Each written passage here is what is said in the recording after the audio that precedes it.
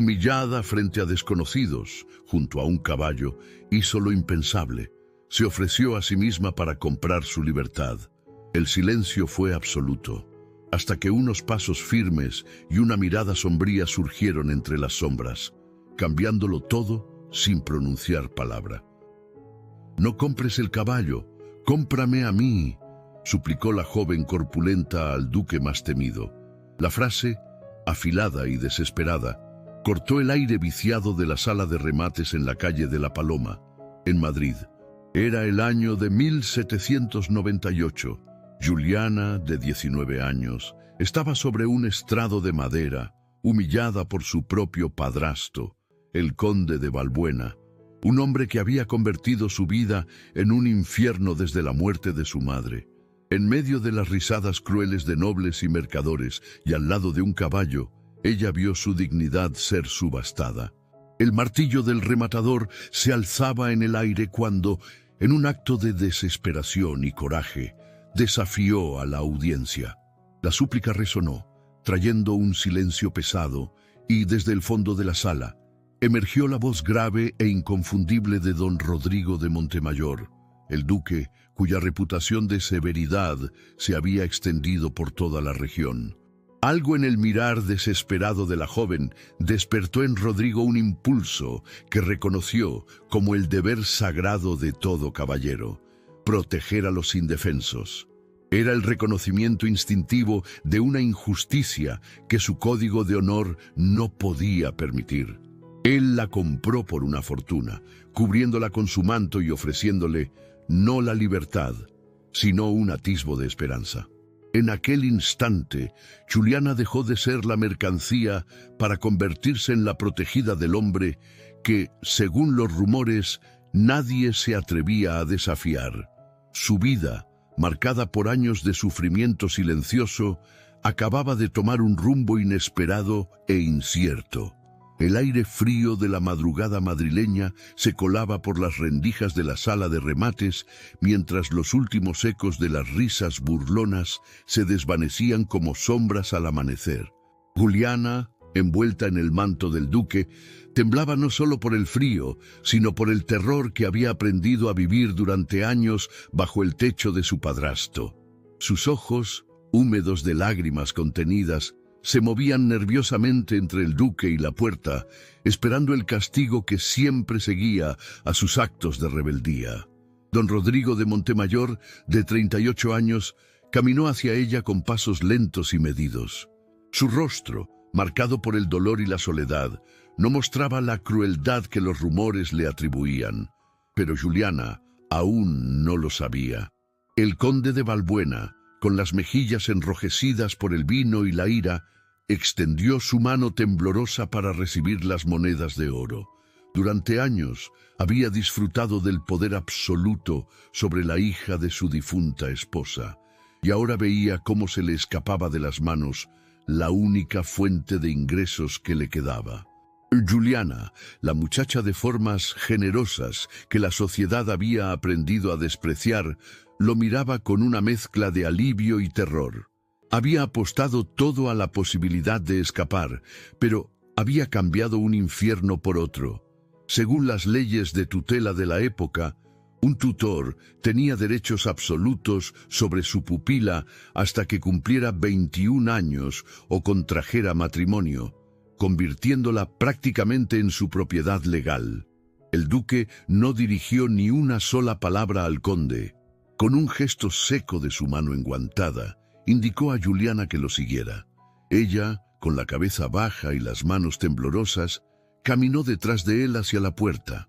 Los murmullos de la multitud la siguieron como una letanía de juicio, pero por primera vez en muchos años, Juliana de Valbuena había elegido su propio destino, aunque no supiera hacia dónde la llevaría. El carruaje del duque era una obra maestra de la artesanía española, con maderas nobles y herrajes que relucían bajo la luz tenue de los faroles.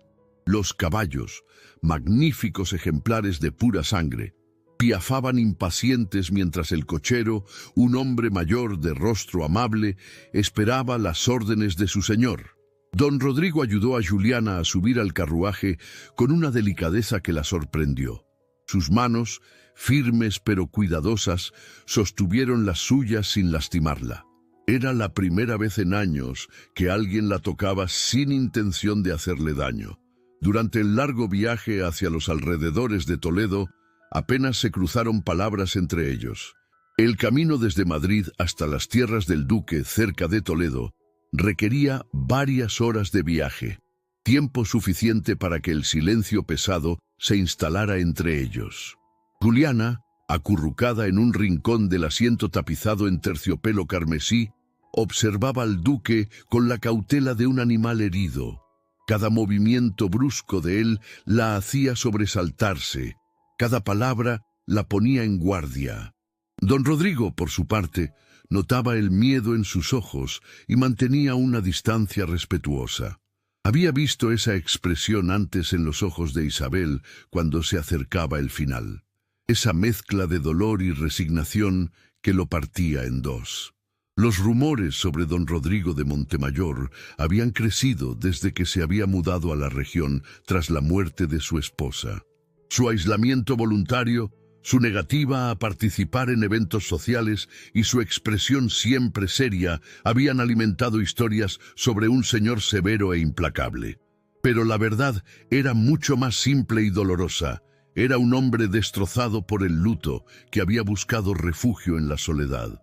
El palacio de don Rodrigo se alzaba en la distancia como una fortaleza silenciosa, con torres que se perdían en las nubes y muros de piedra que parecían haber visto pasar siglos de historia. Los jardines, que una vez debieron ser espléndidos, ahora mostraban el abandono de años sin cuidado. Las rosas silvestres crecían sin control y las fuentes permanecían silenciosas y cubiertas de musgo verde.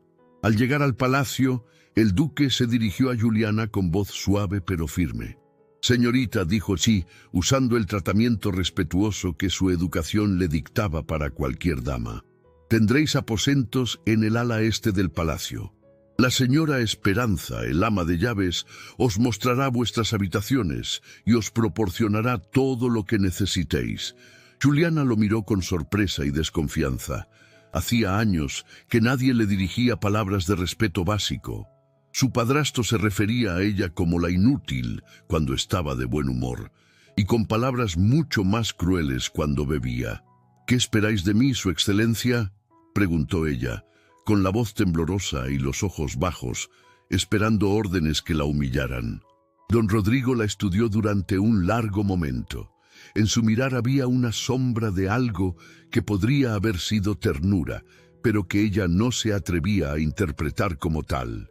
«Espero que encontréis la paz que habéis perdido», respondió él, «y quizás, si el destino lo permite, ayudéis a este viejo palacio a recordar lo que es tener vida entre sus muros».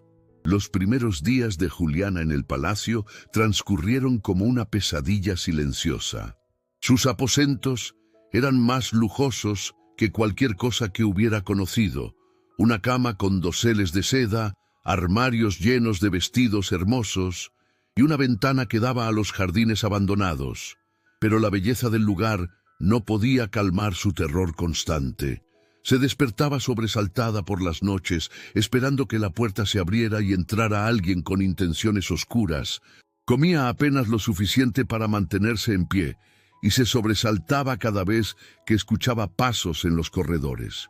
La señora Esperanza, una mujer entrada en años pero de corazón bondadoso, intentaba ganar su confianza con palabras suaves y gestos amables, pero Juliana había aprendido a desconfiar de la bondad aparente. Durante años, su padrastro había alternado entre momentos de falsa dulzura y explosiones de crueldad que la habían dejado marcada para siempre.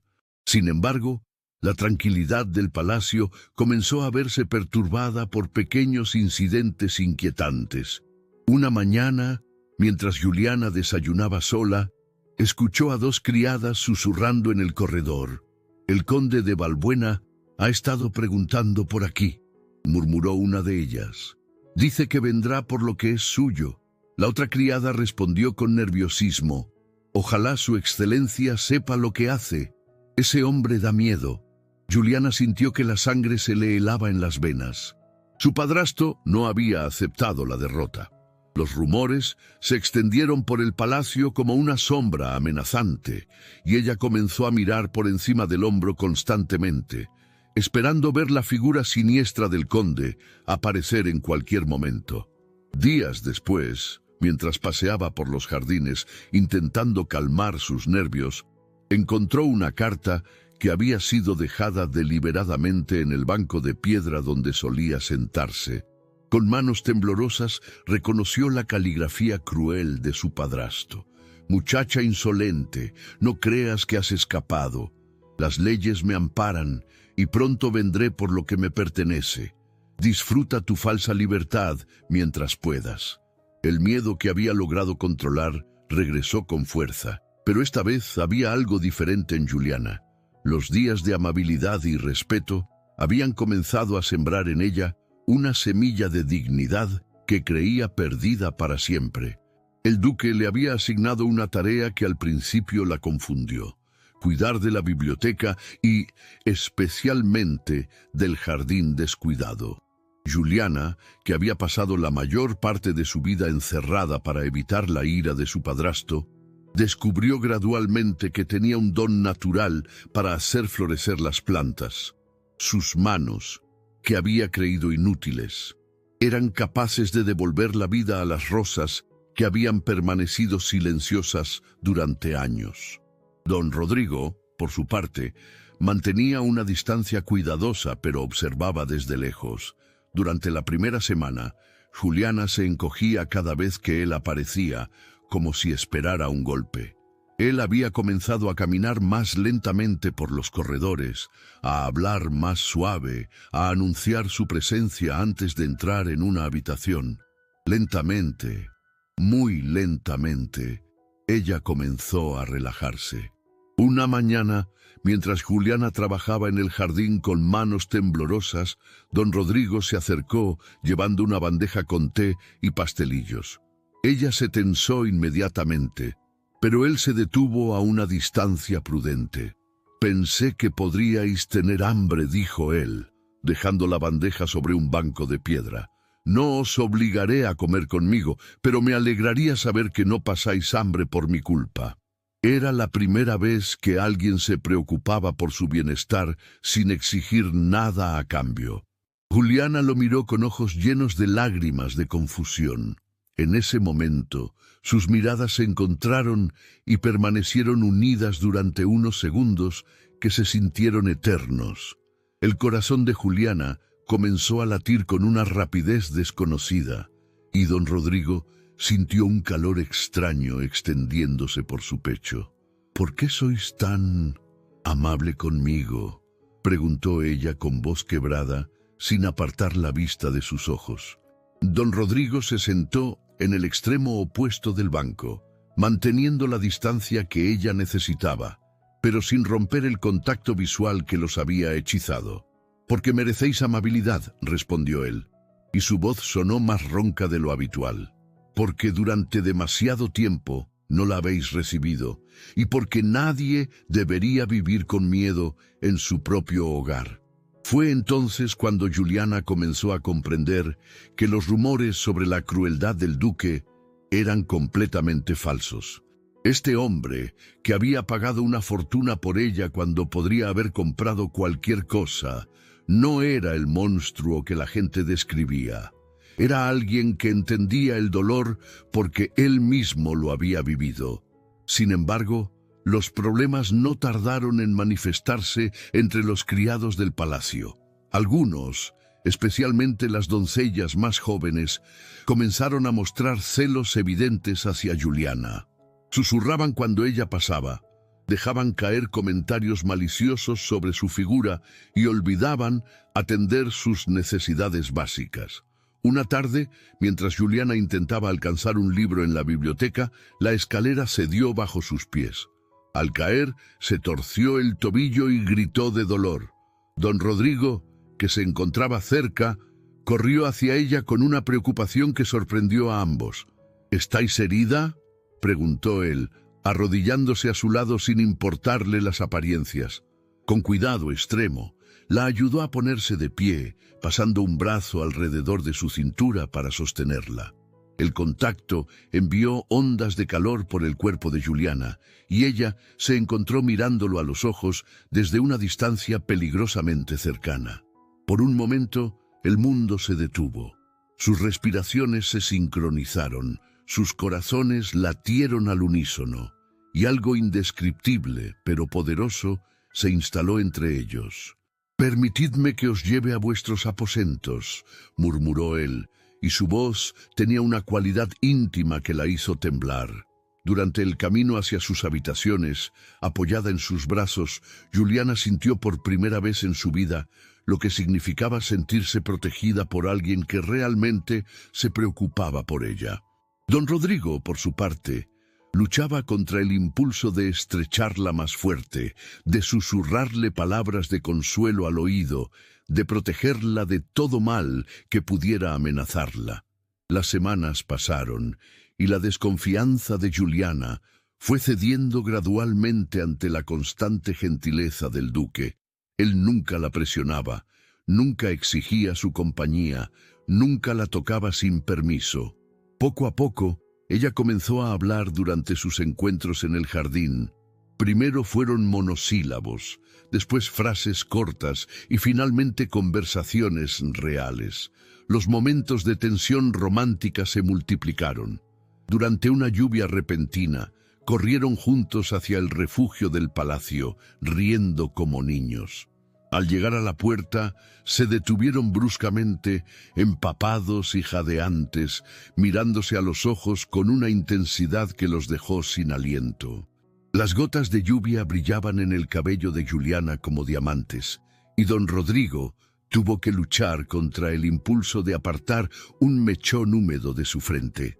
En otra ocasión, mientras trabajaban juntos plantando nuevos rosales, sus manos se rozaron accidentalmente al alcanzar la misma herramienta. El contacto fue eléctrico y ambos se quedaron inmóviles, sin apartar las manos, sintiendo el calor que irradiaba de ese simple toque. Ninguno se atrevió a moverse durante largos segundos, hasta que la realidad los obligó a separarse. Una tarde, mientras trabajaban juntos plantando nuevos rosales, Juliana se atrevió a hacer una pregunta que la había intrigado desde su llegada. «¿Por qué me comprasteis, su excelencia?», preguntó ella. «Mi súplica desesperada podría haberos parecido ridícula. ¿Por qué decidisteis darme esa oportunidad?». Don Rodrigo se detuvo en su trabajo y la miró con una expresión que ella ya había aprendido a reconocer como honesta. «Porque en vuestros ojos vi algo que reconocí», respondió él. «El mirar de alguien que ha perdido la esperanza, pero que aún lucha por encontrarla». Había visto esa expresión en el espejo durante años. «¿Años?», preguntó ella, sorprendida por la confidencia. «Desde que perdí a Isabel», murmuró él. «Mi esposa murió hace 5 años, y desde entonces he estado más muerto que vivo». Juliana sintió una punzada de comprensión en el pecho. Ahora entendía la sombra que siempre acompañaba al duque, la razón de su aislamiento y de los rumores sobre su carácter. No era crueldad lo que la gente interpretaba como frialdad, sino dolor no curado. «Lamento vuestra pérdida», dijo ella con sinceridad. «Debisteis amarla mucho». «Más que a mi propia vida», respondió él. Y en esas palabras había tanto dolor que Juliana sintió ganas de consolarlo. Sin pensarlo, extendió su mano y cubrió la de él. El gesto fue tan natural, tan espontáneo, que ninguno de los dos se apartó.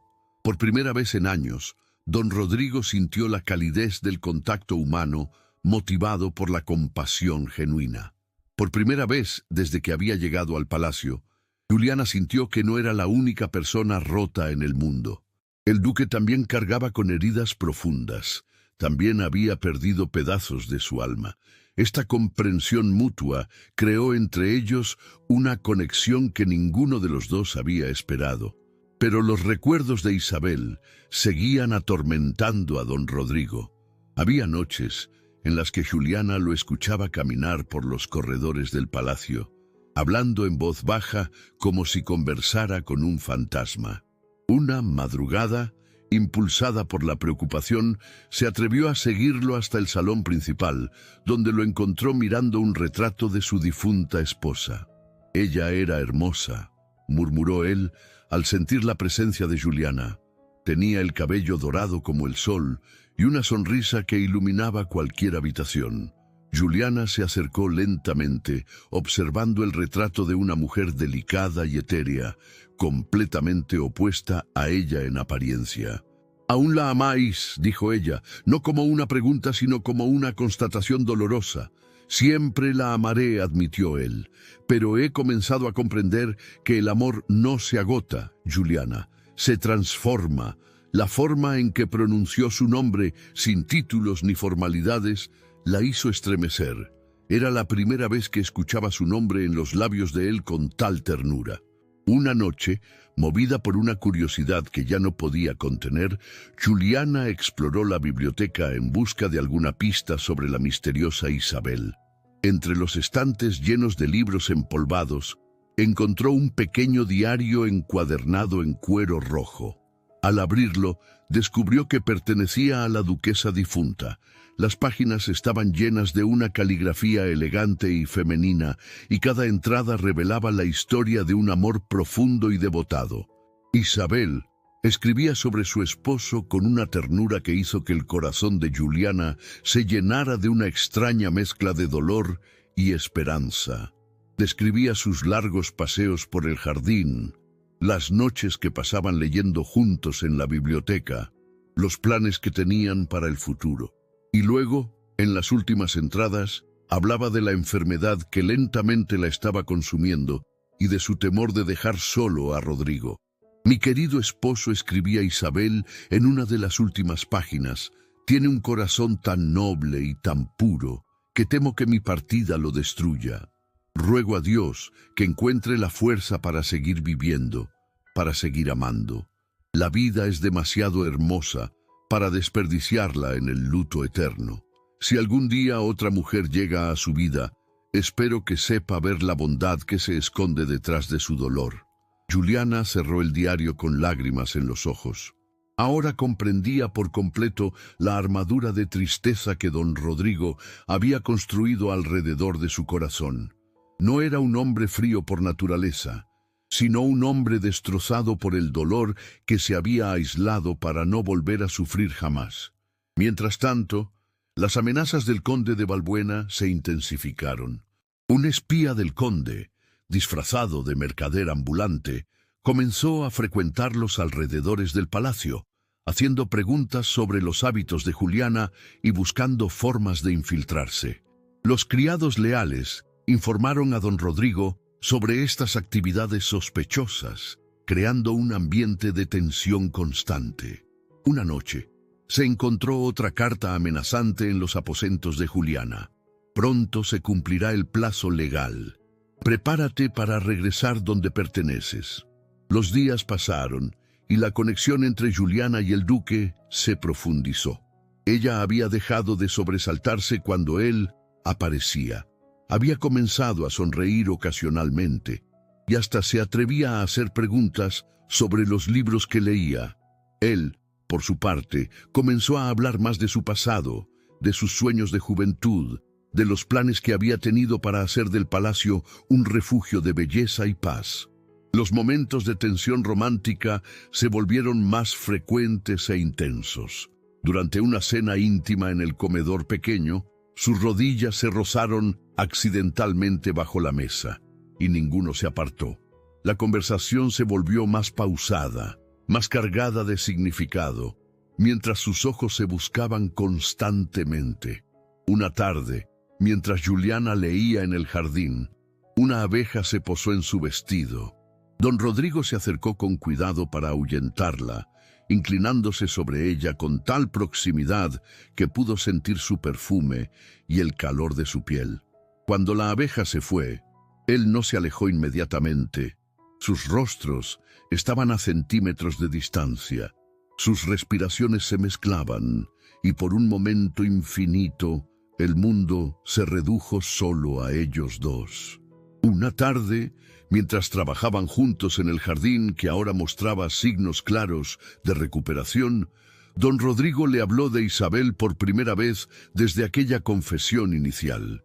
Ella amaba este jardín, dijo él, señalando las rosas que comenzaban a florecer. Decía que cada flor era una promesa de que la belleza siempre regresa, sin importar cuánto frío haya pasado. Juliana lo miró con ojos llenos de comprensión. Tenía razón, dijo ella suavemente. Las rosas han vuelto y son más hermosas que antes. Rodrigo la miró con una intensidad que la hizo sonrojar. No solo las rosas han vuelto, murmuró él. La esperanza también. Fue entonces cuando Juliana se dio cuenta de que algo había cambiado entre ellos. Ya no era solo gratitud lo que sentía por él, ni simple compasión lo que él sentía por ella. Era algo más profundo, más peligroso, más hermoso. Una noche, mientras Juliana leía en la biblioteca, don Rodrigo entró con una expresión que ella no había visto antes. Había algo vulnerable en sus ojos, algo que la hizo dejar el libro y prestarle toda su atención. Juliana, dijo él, y su voz temblaba ligeramente. He estado pensando... Sí, su excelencia, preguntó ella, con el corazón latiéndole con fuerza. ¿Podríais llamarme Rodrigo cuando estemos solos?, pidió él. Los títulos crean distancias, y yo... ya no quiero que haya distancia entre nosotros. Juliana se puso de pie, acercándose a él lentamente. En sus manos llevaba el diario de Isabel, que había leído una y otra vez, buscando comprender el corazón del hombre que tenía frente a ella. Rodrigo, murmuró ella, probando su nombre en los labios. Vuestro corazón no murió con Isabel. Solo se escondió, esperando el momento adecuado para volver a latir. Él la miró con una mezcla de dolor y esperanza que la conmovió hasta las lágrimas. ¿Cómo podéis estar tan segura?, preguntó él, acercándose más, hasta que pudo sentir el calor que irradiaba de su cuerpo. Porque lo siento latir ahora, respondió ella, levantando su mano lentamente hacia el pecho de él. Y porque Isabel, en su diario, escribió que la vida es demasiado hermosa para desperdiciarla en el luto eterno. Ella os amaba demasiado para querer que vivierais así para siempre. Don Rodrigo cerró los ojos cuando sintió la mano de Juliana sobre su corazón. El contacto fue como una descarga eléctrica que recorrió todo su ser. Cuando los abrió, había lágrimas en ellos. Por primera vez en 5 años, permitió que el dolor saliera, que las murallas se agrietaran. Juliana prosiguió con voz temblorosa. Si la vida me trajo hasta aquí, tal vez no fue para que yo me salvara sola, sino para que ambos nos salváramos. Y si el amor de Isabel no es una prisión, sino la llave de vuestra libertad, entonces tal vez podamos encontrar juntos una nueva forma de ser felices. Él tomó la mano que descansaba sobre su pecho, entrelazando sus dedos con los de ella. Se acercó más, y por un momento que se sintió eterno, estuvieron a punto de besarse. El aire entre ellos se cargó de una electricidad que ninguno de los dos había sentido antes.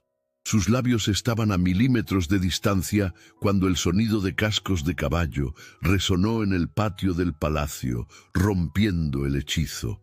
Don Rodrigo se apartó bruscamente y su expresión se endureció de nuevo. Desde la ventana de la biblioteca pudieron ver a un hombre montado a caballo, acompañado por 2 oficiales de justicia. «Es mi padrastro», murmuró Juliana, con el corazón latiéndole de terror. «Ha venido por mí». El conde de Valbuena había llegado al palacio con un propósito que Juliana conocía demasiado bien: reclamar lo que consideraba su propiedad.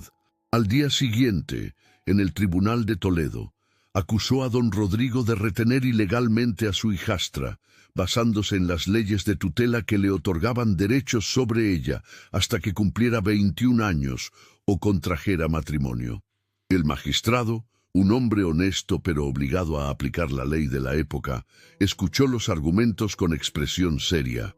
Las leyes de tutela de la España del siglo XVIII eran inflexibles.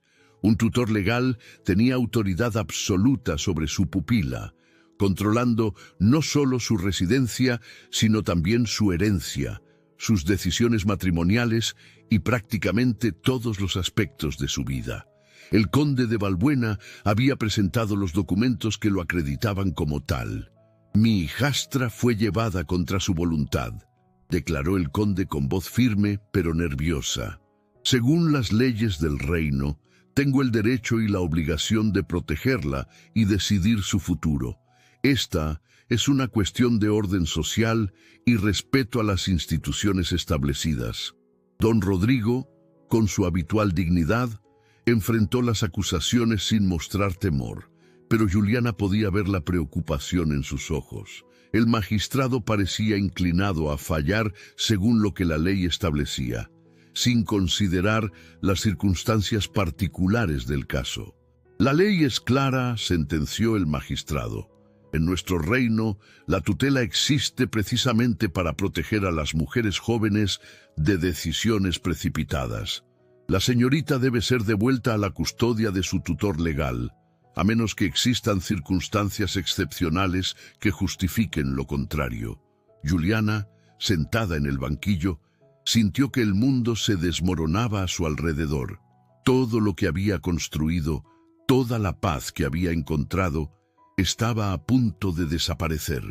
Pero entonces recordó las palabras de su madre, pronunciadas en su lecho de muerte. «Mi querida Juliana, lo que tu padre ha escondido te hará libre». Su padre biológico, no su padrastro. Su madre había hablado de documentos, de secretos, de algo que podría cambiar su destino. Con el corazón latiéndole como un tambor de guerra, Juliana se puso de pie. «Esperad», gritó, y su voz resonó por toda la sala. «Tengo algo que decir». Todos los ojos se volvieron hacia ella. Su padrastro la miraba con furia, el magistrado con curiosidad, pero don Rodrigo la observaba con una mezcla de preocupación y admiración. «No soy propiedad de nadie», vuestra señoría, declaró Juliana con voz firme. «Soy una mujer libre, dueña de mi propia vida y mis propias decisiones». Del bolsillo de su vestido sacó un conjunto de documentos que había traído entre sus pocos efectos personales desde la casa de su padrastro. Durante meses los había considerado papeles sin importancia, hasta que la desesperación del juicio inminente y el recuerdo súbito de las palabras de su madre, «Lo que tu padre ha escondido te hará libre», la impulsaron a examinarlos por primera vez con verdadera atención. «Estos son el testamento de mi madre y la escritura de una propiedad que me dejó en herencia», anunció, alzando los papeles para que todos los vieran. «El conde de Balbuena ocultó estos documentos para mantenerme bajo su control, pero la ley establece claramente que una mujer con propiedades propias tiene derecho a decidir su propio destino». El silencio que siguió fue ensordecedor. El conde de Balbuena palideció visiblemente y el magistrado se inclinó hacia adelante con interés renovado. Don Rodrigo se acercó a Juliana y por primera vez desde que había llegado al tribunal, sonrió. «Además», continuó Juliana, con una fuerza que no sabía que tenía, «este hombre me vendió ilegalmente en una subasta pública, ocultando mi herencia para poder disponer de mí como si fuera una mercancía. Esto constituye fraude y abuso de tutela, crímenes mucho más graves que los que acusa falsamente a su excelencia el duque».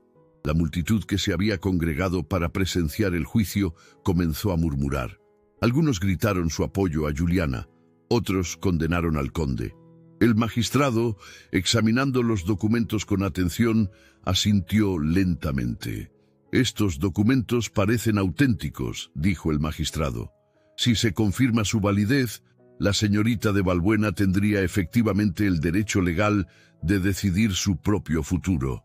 Don Rodrigo se adelantó con determinación. «Yo mismo haré que sean verificados por las autoridades competentes de Madrid», declaró el duque. y solicito que se investigue la conducta fraudulenta del conde de Valbuena. El conde, viendo que su plan había fallado espectacularmente, intentó huir, pero los oficiales ya lo estaban esperando. Su arresto fue rápido y vergonzoso, ante los vítores de la multitud que había presenciado su humillación pública. Juliana, con lágrimas de alivio y triunfo corriendo por sus mejillas, se volvió hacia don Rodrigo. Él la tomó en sus brazos y esta vez no hubo interrupciones. Su abrazo fue cálido, protector, lleno de todas las emociones que habían estado conteniendo durante meses. «Sois la mujer más valiente que he conocido jamás», le susurró él al oído. «Me habéis devuelto no solo la capacidad de amar, sino la fe en la justicia y la bondad del mundo. Y vos me habéis enseñado que el amor verdadero existe», respondió ella, «que la bondad puede sanar las heridas más profundas y que siempre hay esperanza, incluso en los momentos más oscuros». Los días que siguieron fueron como un renacer para ambos. Juliana regresó al palacio, pero esta vez no como una refugiada asustada, sino como la señora de su propio destino.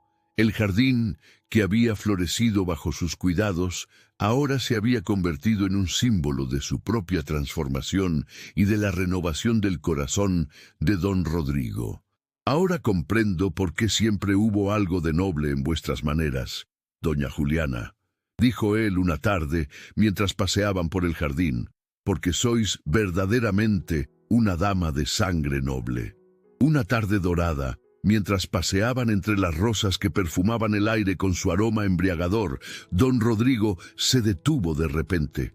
Su expresión era solemne, pero en sus ojos brillaba una luz que Juliana no había visto antes.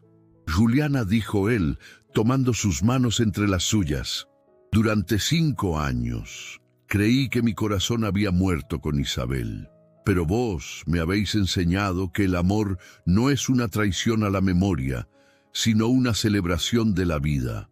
Isabel quería que yo fuera feliz, y sé que estaría contenta de saber que he encontrado nuevamente la capacidad de amar». Juliana sintió que las lágrimas le llenaban los ojos, pero eran lágrimas de alegría pura. «También me habéis enseñado», continuó él, «que la verdadera nobleza no está en los títulos, sino en el corazón, que la belleza más hermosa viene del alma, y que 2 personas heridas pueden sanarse mutuamente si se dan la oportunidad». Con una gracia que la sorprendió, don Rodrigo se arrodilló ante ella en el mismo jardín donde habían florecido no solo las rosas, sino también su amor. «¿Me haríais el honor de convertiros en mi esposa?», le preguntó, con una voz llena de emoción. «¿Querríais ayudarme a construir una vida nueva, llena de amor y esperanza?».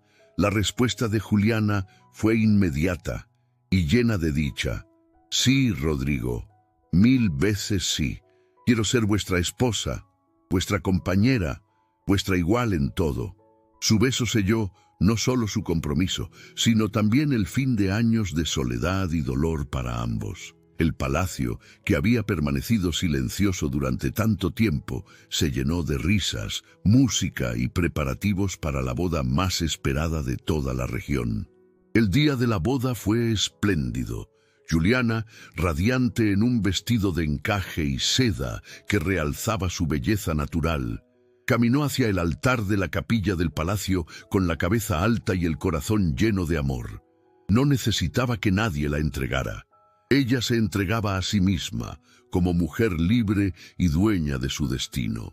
Los votos que intercambiaron fueron escritos por ellos mismos, palabras que venían del corazón y hablaban de segundas oportunidades, de amor que trasciende las apariencias, de 2 almas que habían encontrado su hogar una en la otra.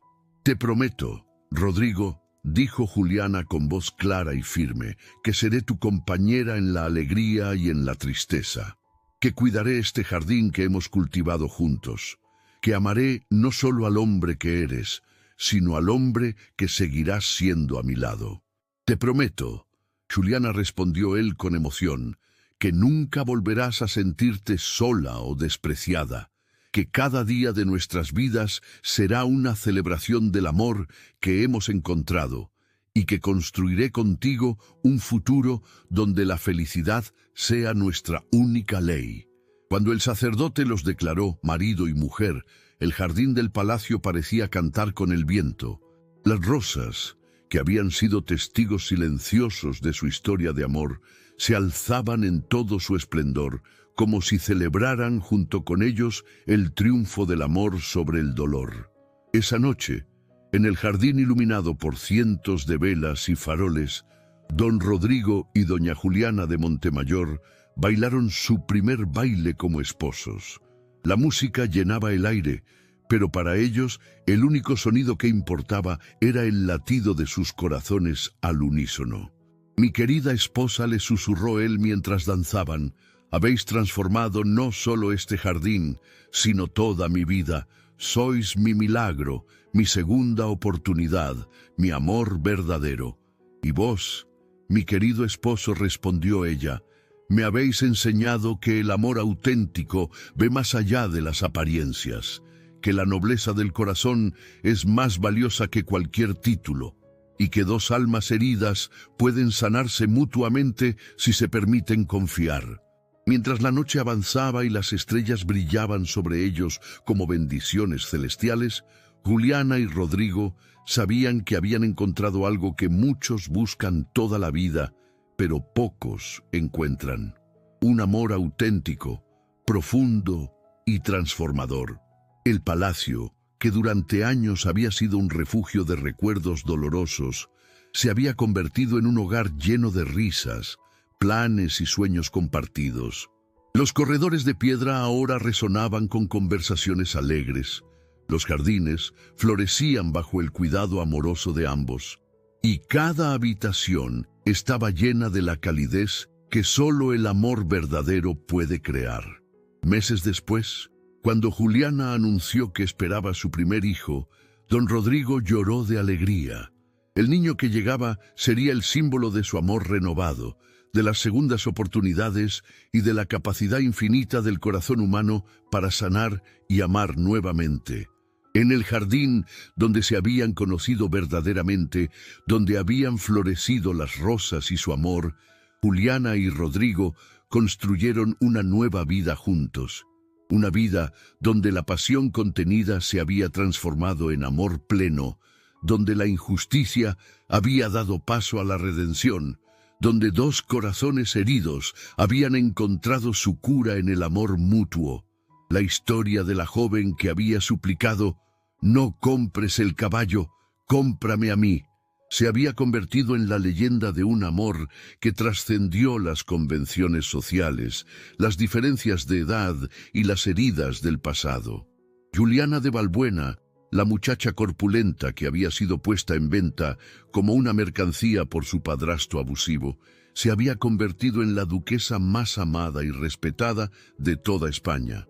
Y don Rodrigo de Montemayor, el duque cuya reputación de severidad había sido construida sobre rumores infundados, había demostrado que detrás de la armadura más fría puede latir el corazón más cálido del mundo. Su historia se convirtió en inspiración para muchos, la prueba viviente de que el amor verdadero no conoce límites, que la belleza del alma supera cualquier apariencia física y que las segundas oportunidades, cuando llegan, pueden ser aún más hermosas que las primeras.